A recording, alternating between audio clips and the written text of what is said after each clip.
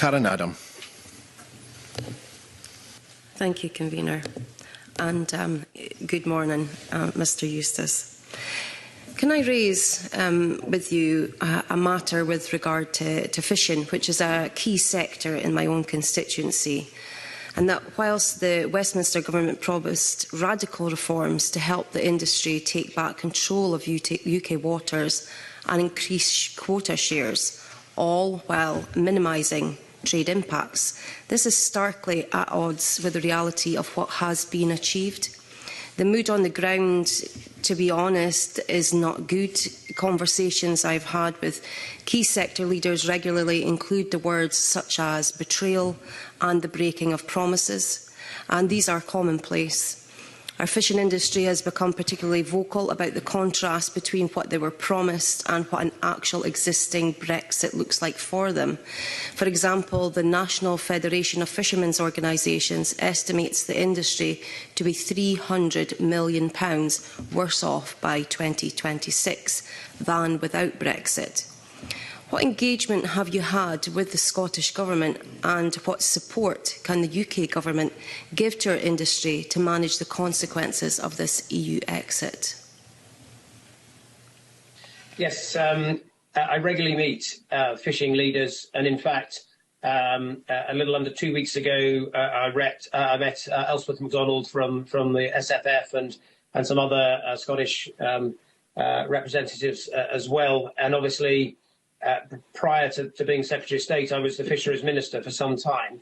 I think what I would say is I've always been honest that in order to get the trade and cooperation agreement and the tariff-free trade that we wanted, in the event, yes, compromises were made, and that meant that the settlement we reached on fisheries, didn't have everything that fishing leaders would have wanted. I do understand that, but it's also important to recognise what we did achieve, and that was we do have that tariff-free access to the EU market, which is an important export market, and that's particularly important for the Scottish salmon industry. And in fact, when I've talked to representatives from the Scottish salmon industry, despite the early teething problems on some of the export paperwork, which we're very familiar with, and you will be on your committee too, in fact, Scottish salmon exports to the European Union grew in the first year that we left the European Union, which is a good sign that that industry is in good health and is continuing to thrive and seeing its exports grow. Now then, on the catching sector, yes, they didn't get as much additional fish as they would like, but the agreement does require the European Union to forfeit about a quarter of the quota that it had as the price for having continued access in UK waters. And what that's been particularly significant for the pelagic sector in Scotland. They've done quite well out of that. In the first year, 15% of that 25% quota was transferred. And although it's not as much additional quota as the fishing industry would have liked, it is a significant boost, and there is more to come. And the other thing I'd say is fishing leaders were and fishermen were, quite apprehensive during the COVID crisis, because a lot of their market is in the service trade and restaurants.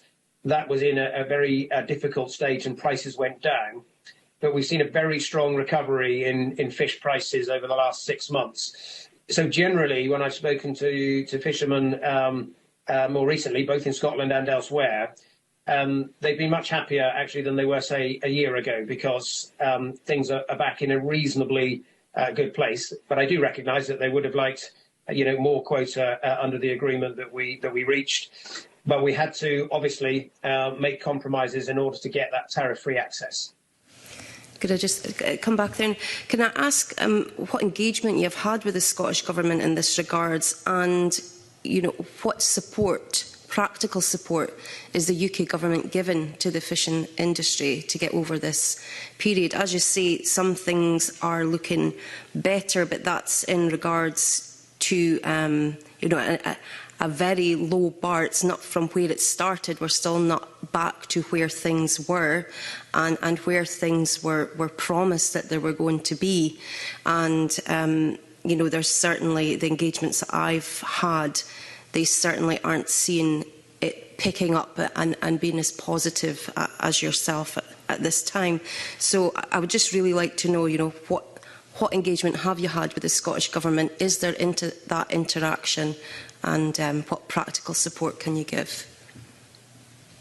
Yes, we work very, very closely with the Scottish Government because, of course, half of the UK fishing industry or thereabouts is based in Scotland, and you've got the you know, the really those important centres like you know, Peterhead, which are, you know, the centre of the UK fishing industry.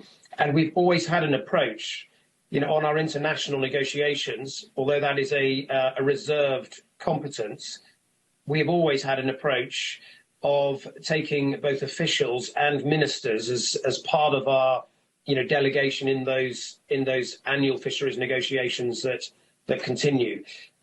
So there will be officials from the Scottish Government. I think there used to be somebody called Alan Gibb. I'm not sure if he's still in place, but he was one of the lead fisheries negotiators in the Scottish Government. He will actually attend alongside our own UK officials when we enter dialogue and discussions with the Faroes or with Norway or with the EU. So we work very much in unison with the Scottish Government, given the